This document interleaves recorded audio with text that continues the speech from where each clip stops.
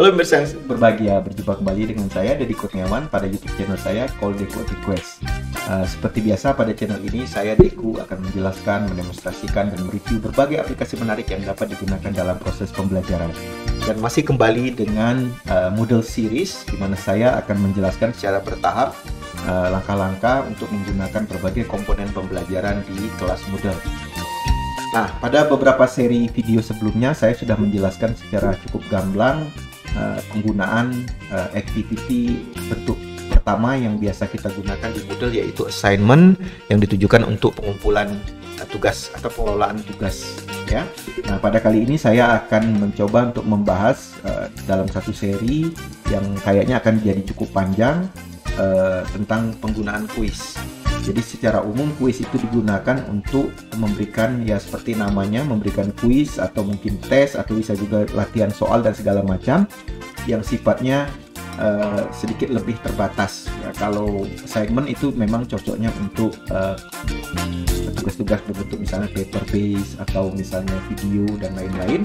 Nah, kalau kuis itu memang digunakan untuk memberikan soal-soal latihan. Nah, tetapi tentu saja tergantung kebutuhan kita. Kadang kita bisa juga menggunakan kuis ini sebagai bentuk tes formatif misalnya, ya. Nah, nanti kita akan menentukan itu dengan melakukan setting. Nah, seperti saya katakan, untuk kuis ini penjelasannya akan cukup banyak sehingga saya yakin ini akan menghabiskan lebih panjang lagi seri videonya. Kita akan pecah-pecah menjadi bagian-bagian kecil sehingga kita bisa menjelaskannya dengan baik dan Anda bisa mengikutinya juga dengan lebih gampang. Nah, pada video pertama ini saya akan mencoba untuk menjelaskan terlebih dahulu dasarnya. Kemudian juga kita akan mencoba untuk membuat kuis, ya, membuat kotak kuis. Nah, bagaimana itu? Nah, mari kita lanjut ke menu tutorial. Nah, seperti biasa kita akan mulai demonstrasi kita dengan login ke kelas Moodle kita. Dan di sini saya juga masih menggunakan Moodle versi 4 ya, dengan tampilan yang sedikit banyak berbeda dari Moodle versi sebelumnya, tetapi secara prinsipnya itu tidak terlalu berbeda ya. Nah, seperti saya jelaskan, sebenarnya assignment itu kalau dibuat hanya membutuhkan satu tahap atau satu fase. Nah, untuk kuis agak sedikit berbeda karena akan ada dua fase. Fase pertama itu yang akan kita bahas secara detail di sini adalah tentang pembuatan kontainernya atau kotaknya. Sedangkan fase keduanya baru menambahkan item pertanyaan. Nah, kita akan mulai dengan langkah pertama terlebih dahulu, yaitu membuat kontainer untuk kuisnya. Seperti biasa, kita mulai dengan menghidupkan mode edit seperti ini, ya. Kemudian setelah mode editnya aktif, kita boleh klik add activity or resource ya. Nah, di sini kita bisa menemukan itu ya, jadi di sini yang warna pink, atau mungkin kalau mau melihat lebih gampang biasanya kita menggunakan activity filter yang khususkan untuk kuis yang seperti ini, ada caranya, kita tinggal klik kuis. Nah, langkah atau tahap pertama, langkah dasarnya adalah kita membuat the container. Nah, di sini kita biasanya hanya membutuhkan nama kuis ya, kemudian description-nya kalau mau boleh diberikan, kemudian timing ini untuk penjadwalan ya, misalnya saya ingin kuisnya bisa dibuka dari misalnya katakanlah jam 4 ya, sampai mungkin jam 6 sore gitu ya. Nah, ini tentu tergantung kebutuhan kita. Kadang-kadang bisa diberikan kuis itu misalnya untuk dikerjakan selama misalnya 3 hari atau 4 hari, itu juga dipersilahkan gitu ya, tinggal diatur di timingnya. Kemudian kita juga bisa memberikan time limit ya, misalnya saya biasanya untuk kuis itu saya berikan misalnya 10 menit, tentu tergantung dengan jumlah pertanyaan, jumlah soalnya. Kalau soal ya 10 menit itu sudah lebih dari cukup, karena nanti Anda akan lihat bahwa secara defaultnya memang bentuk kuis ini, soal kuis itu biasanya berbentuk soal objektif ya, jadi multiple choice ya, matching dan lain-lain. Tapi walaupun nanti bisa juga kita expand menjadi misalnya essay ya, tapi memang biasanya biasanya berbentuk soal objektif ya. Kemudian yang perlu kita tambahkan lagi misalnya di sini adalah grading ya. Nah, grading ini agak berbeda dengan assignment karena kita tidak menetapkan berapa gradingnya itu, nilai gradingnya itu tidak kita tetapkan di sini, tapi ditetapkan di fase kedua nanti.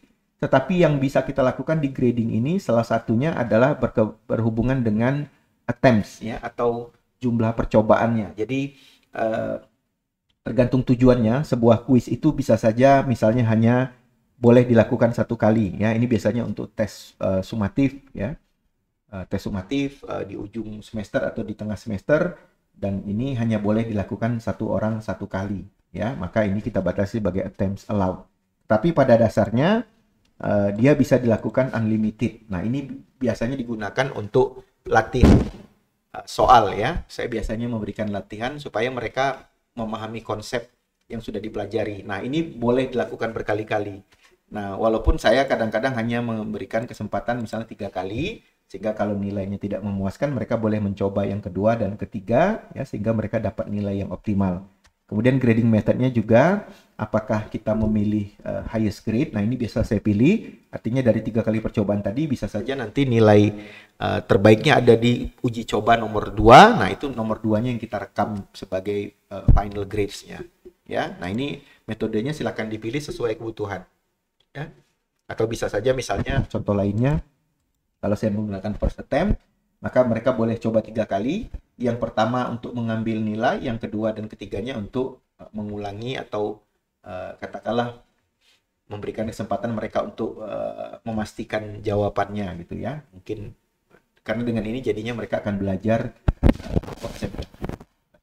Tapi saya biasanya menggunakan highest grade karena tujuannya adalah memberikan kesempatan mereka untuk remedial. Nah, yang lain itu sementara akan saya abaikan saja dulu karena ini nanti akan berhubungan dengan advance settingnya ya, tidak terlalu banyak yang bisa kita lakukan untuk sementara ini, kita biarkan saja dulu. Sedikit terakhir adalah di activity completion ya, dan kebiasaan saya adalah selalu menggunakan activity completion supaya kita bisa men-tracking mereka sudah mengerjakan atau belum ya, dan segala macamnya. Setting yang disarankan untuk kuis ini kalau saya adalah satu student must receive a grade ya. Ini khususnya untuk soal objektif karena nilainya akan otomatis terekam di sistem.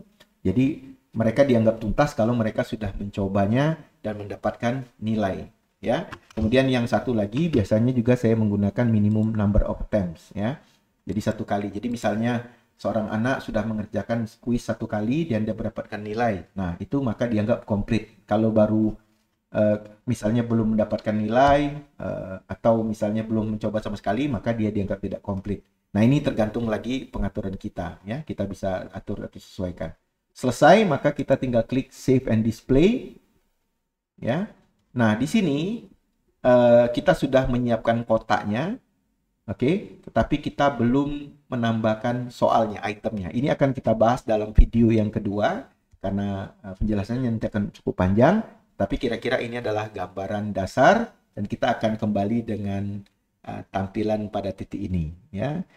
Terima kasih sudah menonton sampai ke ujung. Ini video yang relatif pendek dibanding yang lain, tapi semoga kita bisa jelas melakukan ini dan masih harus menunggu pada tahap berikutnya untuk menambahkan question. Jangan lupa like, share, and subscribe jika sangat membantu Anda, dan terima kasih sudah menonton sampai ke ujung. Terima dari saya. Assalamualaikum warahmatullahi wabarakatuh.